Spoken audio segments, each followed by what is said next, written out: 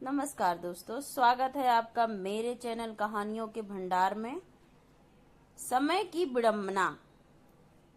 समय की भी क्या विडंबना है, जहां बचपन हम भाई बहनों की लड़ाई झगड़ा करते हैं और फिर प्रेम के साथ मिलते हैं, वहीं भाई बहन बड़े होकर अलग क्यों हो जाते हैं। वह बचपन का प्रेम कहाँ खो जाता है, पता ही नहीं चलता। एक दूसरे की चीजों को हड़पना ही समझ में आता है।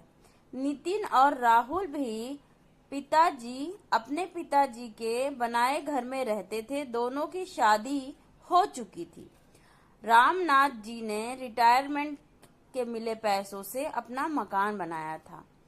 उनकी दरिया दिली देखिए, जिन्होंने इतने प्यार से मकान बनाया था। इस घर की एक एक ईंट उनकी मेहनत और पसीने की कमाई थी। उन्होंने हमेशा संस्कारों की दुहाई दी और अपनी परवरिश की हमेशा बड़ाई की। पर क्या पता था कि एक दिन उनके ही बच्चे आपस में लड़ने झगड़ने लगेंगे। रामनाथ जी वैसे तो पहले से ही दूरागामी थे।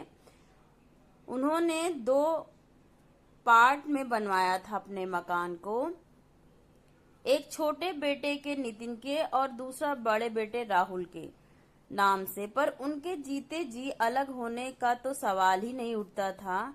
घर के मनमुटाव को रामनाथ जी के सामने ना लाया जाता। रामनाथ जी की दिनचर्या समय के साथ बीत रही थी। उन्हें अपने परवरिश पर बहुत भरोसा था कि उनके बच्चे कभी आपस में लड़ेंगे नहीं। जब वो अपने आपसी दोस्तों के साथ बैठते तो सब उनकी परवरिश की बड़ाई करते, न थकते। रामनाथ जी ने अपने परिवार में कुछ समय और नियम और कानून बना रखे थे। नितिन और राहुल दोनों की पत्नियों की आपस में ना पटती थी। शिखा और रुचि दोनों आपस में मन भारी किए ही एक दूसरे को देखती रहती। इनका बस चले तो वह एक दूसरे को देखना न चाहें। वह अपने पतियों को ताने मारती। नितिन और राहुल पिताजी से बहुत डरते थे। यूं कह लीजिए रामनाथ जी के संस्कारों का असर था।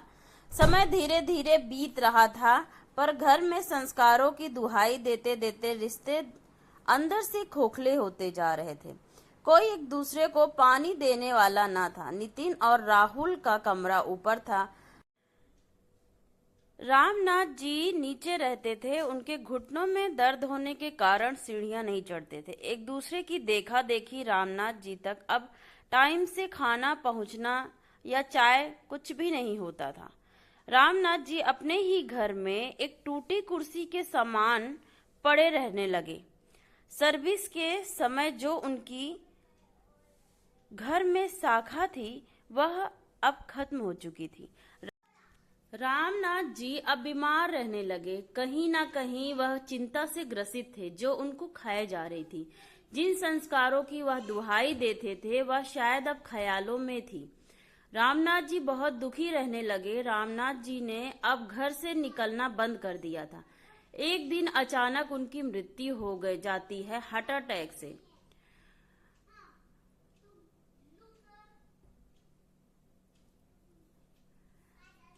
अब काम क्रिया के लिए भी दोनों भाइयों में खींचातानी शुरू हो जाती है।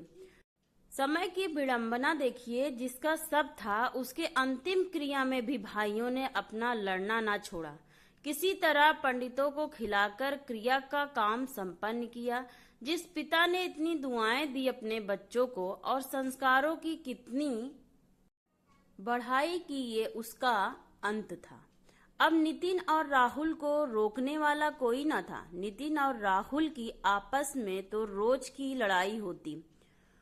उनके काम पर जाने के बाद शिखा और रुचि भी आपस में लड़ जाती। यह सिलसिला अब आए दिन का हो गया। अब बंटवारे की बात चलने लगी। यह बात रिश्तेदारों तक पहुंची।